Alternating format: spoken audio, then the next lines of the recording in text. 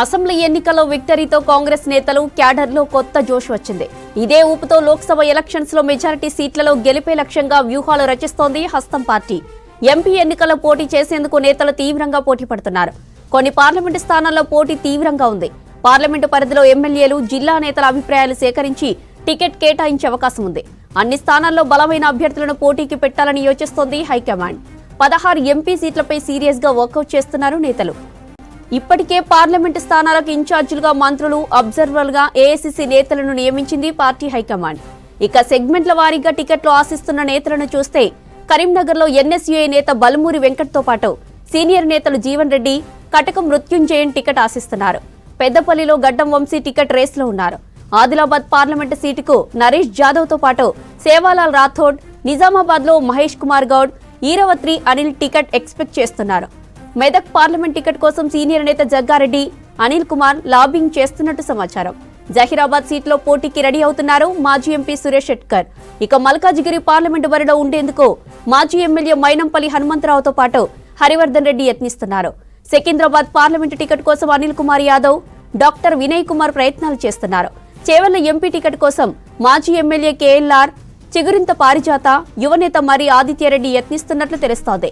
Mahabub Nagar parliament బరిలో ఉండేందుకు AICC senior నేత వంశీచంద్రెడ్డి, ఆదిత్యారెడ్డి లాబింగ్ చేస్తున్నారు. నాగర్ కర్నూలు పార్లమెంటు టికెట్ కోసం సీనియర్ నేతలు సంపత్ కుమార్, మల్లు రవి, చారకొండ వెంకటేష్ యత్నిస్తున్నారు.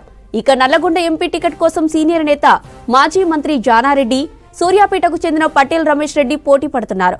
భువనగిరి పార్లమెంటు టికెట్ కోసం రేవంత్ అనుచరుడిగా పేరున్న చామల కిరణ్ కుమార్ రెడ్డి యత్నిస్తున్నారు. వరంగల్ పార్లమెంటు సీటులో పోటీ చేసేందుకు అద్దంకి దయాకర్, మాజీ ఎంపీలు సిరిసిల్ల రాజయ్య, సర్వే సత్యనారాయణ యత్నిస్తున్నారు. మహబూబాబాద్ పార్లమెంటు సీట్లో పోటీకి సీనియర్ నేత కేంద్ర మాజీ మంత్రి బలరాం నాయక్, బెల్లయ్య నాయక్, నెహ్రూ నాయక్ రెడీ అవుతున్నారు. ఖమ్మం పార్లమెంటు టికెట్ ఆశిస్తున్నారు Rajendra Prasad, VH. Hyderabad MP ticket రేసులో ఫిరోజ్ ఖాన్ తో పాటు అజారుద్దీన్ ఉన్నట్టు తెలుస్తోంది. మరిన్ని వివరాలు రాజు అందిస్తారు. Raju, over to you. Thank you Jyothi. Parliament ఎన్నికలపై కాంగ్రెస్ పార్టీ చాలా సీరియస్గా ఫోకస్ పెట్టింది. తెలంగాణలో కాంగ్రెస్ పార్టీ అధికారంలో వచ్చిన తర్వాత జరగబోయే ఈ పార్లమెంటు ఎన్నికల్లో కనీసం తెలంగాణలో 17 స్థానాలు ఉన్నాయి. అయితే 17 పార్లమెంటు స్థానాల్లో ఎంఐఎం హైదరాబాద్ మినహాయిస్తే మిగిలిన 16 స్థానాలపైన చాలా సీరియస్గా ఫోకస్ పెట్టి గెలుపు కోసం కృషి చేయాలని అయితే కాంగ్రెస్ పార్టీలో అయితే చర్చ జరిగింది. మొన్న రీసెంట్గా పొలిటికల్ అఫైర్స్ కమిటీ భేటీలో కూడా కాంగ్రెస్ నేతలు కూడా చాలా సీరియస్గా వచ్చే పార్లమెంట్ ఎన్నికల్లో కాంగ్రెస్ గెలిచే విధంగా పనిచేయాలని, అంతా యూనిట్గా కలిసిమెలిసి పనిచేయాలని, ఏదైతే అసెంబ్లీ ఎన్నికల సమయంలో ఏ విధంగా యూనిట్గా పనిచేశారో అదేవిధంగా పార్లమెంట్ ఎన్నికల కూడా అదేవిధంగా కలిసి పనిచేయాలని ఒక దిశానిర్దేశం అయితే చేసుకున్నారు. రీసెంట్గా నాగ్పూర్లో జరిగిన కాంగ్రెస్ ఆవిర్భావ దినోత్సవ వేడుకల్లో నాగ్పూర్లో వచ్చే పార్లమెంట్ ఎన్నికలపైనే దేశవ్యాప్తంగా కాంగ్రెస్ పార్టీ నేతలు కావచ్చు చాలా సీరియస్గా ఫోకస్ చేయాలని అయితే నిర్ణయం తీసుకున్నారు. 100 రోజుల యాక్షన్ ప్లాన్లో చాలా సీరియస్గా పనిచేస్తే ఇటు దేశంలో కూడా కాంగ్రెస్ పార్టీ అధికారంలోకి వచ్చే అవకాశం ఉంటాయని కూడా నేతల అభిప్రాయాలు కూడా వ్యక్తం చేసినట్లు తెలిసింది. ఇప్పటికే తెలంగాణలో మొత్తం 17 పార్లమెంటు స్థానాలకు ఇప్పటికే మంత్రులు బాధ్యతలు కూడా తీసుకున్నారు. ఒక్కొక్క పార్లమెంట్ నియోజకవర్గానికి ఒక్కొక్క మంత్రి బాధ్యతలు తీసుకున్నారు. అదేవిధంగా PCC chief CM Revanth Reddy, అదేవిధంగా డిప్యూటీ సీఎం భట్టి, అదేవిధంగా మరో మంత్రి పొంగులేటి శ్రీనివాసరెడ్డి, ఈ ముగ్గురు నేతలు మాత్రం 2 పార్లమెంట్ నియోజకవర్గాలకు ఇన్ఛార్జీలుగా ఉంటామని కూడా వాళ్ళు మొన్న రీసెంట్గా పొలిటికల్ అఫైర్స్ కమిటీ భేటీలో నిర్ణయం తీసుకున్నారు. వాళ్ళు 2 పార్లమెంట్ నియోజకవర్గాలకు ఇన్ఛార్జీలుగా ఉంటామని కూడా చెప్పడం జరిగింది. ఇక మరోవైపు ఏఐసీసీ నేతలను కూడా అబ్జర్వర్లుగా నియమించింది. ఒక్కొక్క పార్లమెంట్ నియోజకవర్గానికి ఒక్కొక్క ఏఐసీసీ నేతలను అబ్జర్వర్గా నియమించింది. ఇప్పటికే అబ్జర్వర్లు కావచ్చు, ఇన్ఛార్జ్ మంత్రులు కావచ్చు, ఆ పార్లమెంట్ నియోజకవర్గ పరిధిలో ఉన్న అసెంబ్లీ సంబంధించిన నేతలతో కావచ్చు, జిల్లా నేతలతో కావచ్చు, అదేవిధంగా పార్లమెంట్ నియోజకవర్గ పరిధిలో ఉన్న ఎమ్మెల్యేలతో కూడా భేటీ అవుతున్నారు. పార్లమెంటు గెలుపు కోసం ఏ విధంగా కలిసికట్టుగా పనిచేయాలి, అభ్యర్థులు ఖరారు కాకపోయినప్పటికీ, అంటే చివరి నిమిషంలో అభ్యర్థులను ప్రకటించినప్పటికీ గెలుపు కోసం ఏ విధంగా కృషి చేయాలని దానిపైన చాలా సీరియస్గా అయితే ఎఫర్ట్స్ పెట్టినట్లు తెలుస్తుంది. ప్రధానంగా కాంగ్రెస్ ఈసారి 16 సీట్లు, అంటే దాదాపు 17 సీట్లలో ఎంఐఎం మినహా 16 సీట్లను టార్గెట్ చేసుకొని పనిచేయాలని అయితే భావిస్తున్నది. కనీసం 10+ సీట్లనైనా కైవసం చేసుకోవాలని అయితే కాంగ్రెస్ నేతల్లో ఉన్న ఒక ఆలోచన అయితే కనబడుతుంది. చాలామంది నేతలు ఈసారి పార్లమెంట్ ఎన్నికల బరిలో దిగడానికి అయితే ఇంట్రెస్ట్ చూపుతున్నారు. ఎందుకంటే తెలంగాణలో కాంగ్రెస్ పార్టీ అధికారంలో ఉన్నది. మొన్న రీసెంట్గా కూడా కాంగ్రెస్ పార్టీ గెలిచింది కాబట్టి పార్లమెంటు ఎన్నికల్లో ఈజీగా గెలిచే అవకాశాలు ఉంటుందని కాంగ్రెస్ నేతలు అయితే చాలా ఆశతో ఎదురు చూస్తున్నారు. టికెట్ కోసం చాలా తీవ్రంగా పోటీ పడుతున్న పరిస్థితి కనబడుతుంది. మొన్న రీసెంట్గా అసెంబ్లీ ఎన్నికల్లో పోటీ చేసి ఓడిపోయిన నేతలు కూడా మళ్ళీ మరోసారి పార్లమెంటు ఎన్నికల బరిలో దిగాలని చాలామంది చూస్తున్న పరిస్థితిని కడుతుంది. సంగారెడ్డి మొన్న రీసెంట్గా ఎమ్మెల్యేగా పోటీ చేసి ఓడిపోయిన జగ్గారెడ్డి కూడా ఈసారి పార్లమెంట్ ఎన్నికల బరిలో దిగాలని అయితే భావిస్తున్నారు. ఆయన మెదక్ పార్లమెంట్ నుంచి వెళ్ళి బరిలో దిగడానికి ఇప్పటికే ఏఐసిసి నేతలతో కూడా మాట్లాడినట్లు తెలుస్తుంది.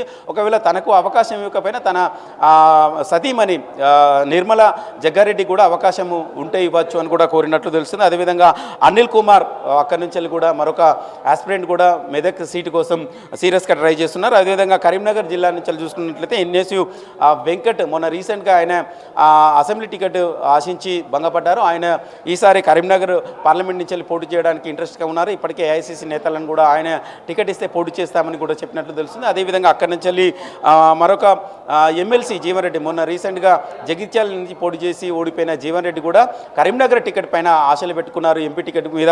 అదేవిధంగా మాజీ ఎమ్మెల్యే కటక మృత్యుంజయ కూడా కరీంనగర్ పార్లమెంట్ టికెట్ కావాలని కోరుతున్న సిచ్యువేషన్ నడుతుంది. వీరితో పాటు అక్కడ జిల్లాకు సంబంధించిన ఉమ్మడి కరీంనగర్ జిల్లాకు సంబంధించిన పొన్నం ప్రభాకర్ మంత్రిగా ఉన్నారు. ఆయనకు బాధ్యతలపై చెప్పడం జరిగింది ఏఐసిసిలో. ఆ జిల్లాకు సంబంధించిన ఎవరు కరీంనగర్ పార్లమెంట్ నుంచి వెళ్ళి బరిలో దిగితే గెలిచే అవకాశాలు ఉంటాయో ఒకసారి పరిశీలన చేయమని ఆ జిల్లా నేతలతో కోఆర్డినేషన్ చేసి ఎవరి పేర్లు సూచిస్తే వాళ్లకు టికెట్ ఇచ్చే అవకాశం ఉంటుందని కూడా ఏఐసిసి నేతలు కావచ్చు, పిసిసి నేతలు కూడా చెప్పినట్టు తెలుస్తుంది. అదేవిధంగా ఒకసారి పెద్దపల్లి పార్లమెంట్ నియోజకవర్గాన్ని చూసుకున్నట్లయితే గడ్డం వంశీకృష్ణ ఇప్పటికీ అక్కడ గ్రౌండ్లో చాలా సీరియస్గా పనిచేస్తున్నారు. చెన్నూరు ఎమ్మెల్యే గడ్డం వివేక్ వెంకటస్వామి కుమారుడు గడ్డం వంశీకృష్ణకు అక్కడ పెద్దపల్లి టికెట్ దాదాపు ఖరారైనట్లు తెలిసింది. గత కొద్ది రోజుల నుంచి ఆయన అక్కడ పెద్దపల్లి పార్లమెంట్ నియోజకవర్గంలో చాలా సీరియస్గా పనిచేస్తున్న సిచ్యువేషన్ అయితే కనబడుతుంది. అదేవిధంగా ఆదిలాబాద్ పార్లమెంట్ నియోజకవర్గం నుంచి నరేష్ జావేద్ అదేవిధంగా సేవాలాల్ రాథోడ్ ఇద్దరు నేతలు ఆదిలాబాద్ పార్లమెంట్ టికెట్ కోసం చాలా సీరియస్గా ట్రై చేస్తున్నారు.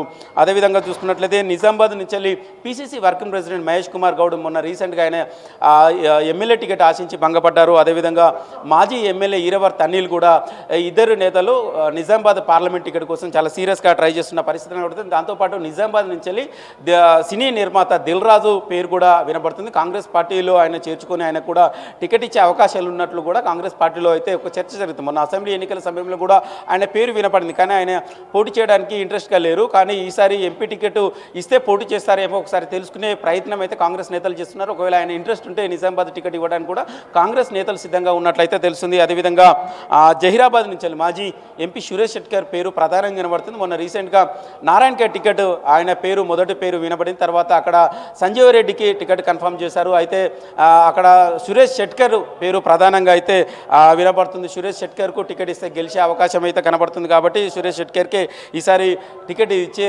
అవకాశం అయితే 100% అయితే కనబడుతుంది. అదేవిధంగా మల్కాజ్గిరి నుంచి వెళ్ళి మొన్న రీసెంట్గా పోటీ చేసి ఓడిపోయిన మైనంపల్లి హనుమంతరావు అదేవిధంగా హరివర్ధన్ రెడ్డి ఇద్దరి నేతల్లో ఎవరికో ఒకరికి మల్కాజ్గిరి టికెట్ ఇచ్చే అవకాశం అయితే కనబడుతుంది. ఎందుకంటే ఇప్పుడు ప్రజెంట్ సీఎం రేవంత్ రెడ్డి మొన్నటి వరకు మల్కాజ్గిరి ఎంపీగా ఉన్నారు. అక్కడ ఎవరికి ఇస్తే గెలిచే అవకాశం ఉంటుందో వాళ్ళనే చూజ్ చేసుకొని టికెట్ ఇచ్చే అవకాశం అయితే కనబడుతున్న సిచ్యువేషన్ అయితే కాంగ్రెస్ పార్టీలో ఉంది. అదేవిధంగా సికింద్రాబాద్ నుంచి వెళ్ళి అనిల్ కుమార్ మొన్న రీసెంట్గా ముషీరాబాద్ టికెట్ ఆశించి భంగపడ్డారు. ఆయన తండ్రి అంజన్ కుమార్ యాదవ్కు ముషీరాబాద్ టికెట్ ఇచ్చారు.